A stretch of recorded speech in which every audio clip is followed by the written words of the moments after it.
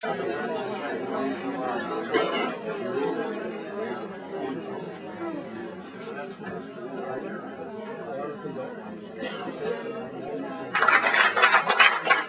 here because I want you to look me in the face as my representative, and I want you to put a personal price on the cost of this war.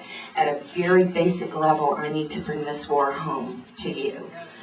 Because when you and our other two representatives vote continued funding for this war and go on, or vote against it and go on about your business as if it's just another day, I feel like you're telling me that you're too busy or you have too many other priorities to deal with the war and to bring it to an end. And I feel like you're telling me that the sacrifices that my family and thousands of people have made are worth nothing, and that we have to continue making them because you haven't the courage as a collective group to bring this to an end.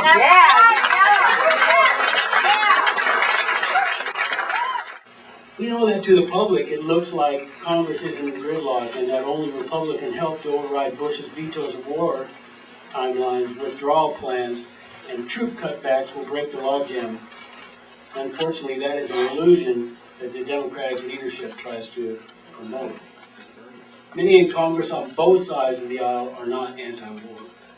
In fact, there are only about 70 or so congressmen who regularly vote against the war or war appropriations. So the likelihood of resolving this in Congress is not great. The next vote that we had, we lost, and we couldn't get 290 votes in the House, let alone 60 votes in the Senate. That's the reality, and we can wave it away. And you can assign full responsibility to me for everything bad that's happened in not getting us out of Iraq, if that's what you want to do to indulge yourself. But the reality makes a difference, because when we figure out what tactics to take, have to know what the reality of the situation is. We didn't have the votes, okay?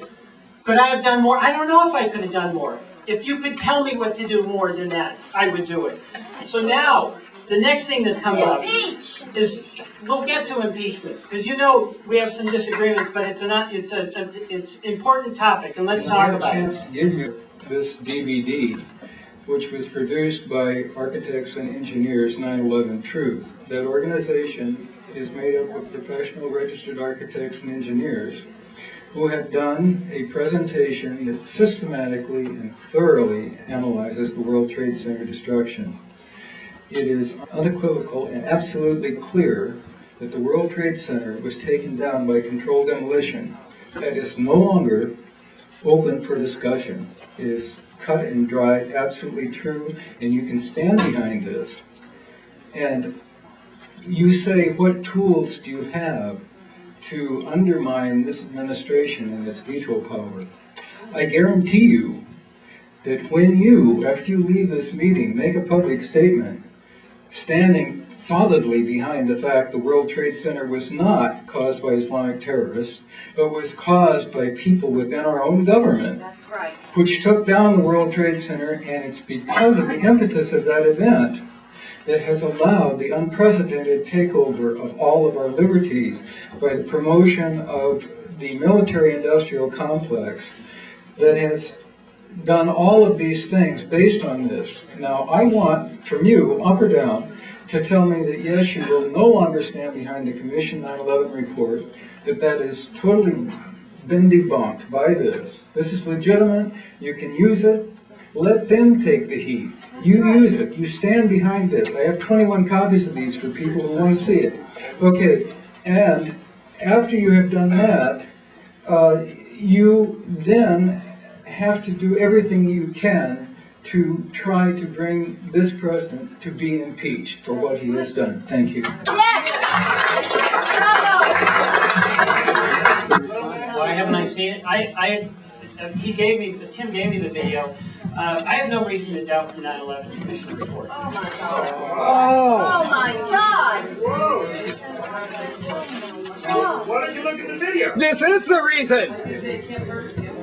No, that's true. Yeah, I haven't Sorry, seen it. I haven't but that looked is at the video. really not acceptable. That shows you're not searching for the truth. Thank you. Okay, there is. Okay. You said rational judgment, okay? Rational judgment means a review of all the information, right? I was shocked, really floored. I was with you 99% until you said you blindly supported the 9/11 Commission report and you hadn't even reviewed all the information. That's right. But you blindly supported it.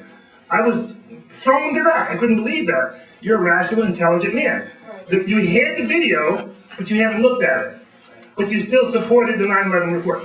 My question is, will you suspend your support of the 9/11 Commission report until you see the video, Architects and Engineers 9/11 Truth video? Will you suspend your support of the 9/11 Commission report until you look at that video? I'll look at the video, and that may change my mind. Good. But I just say look at it, please. Thank you. Before you go on continuing to support the 9/11 Commission report, I'm saying stop supporting it until you see the video. I see that I have another, thank you.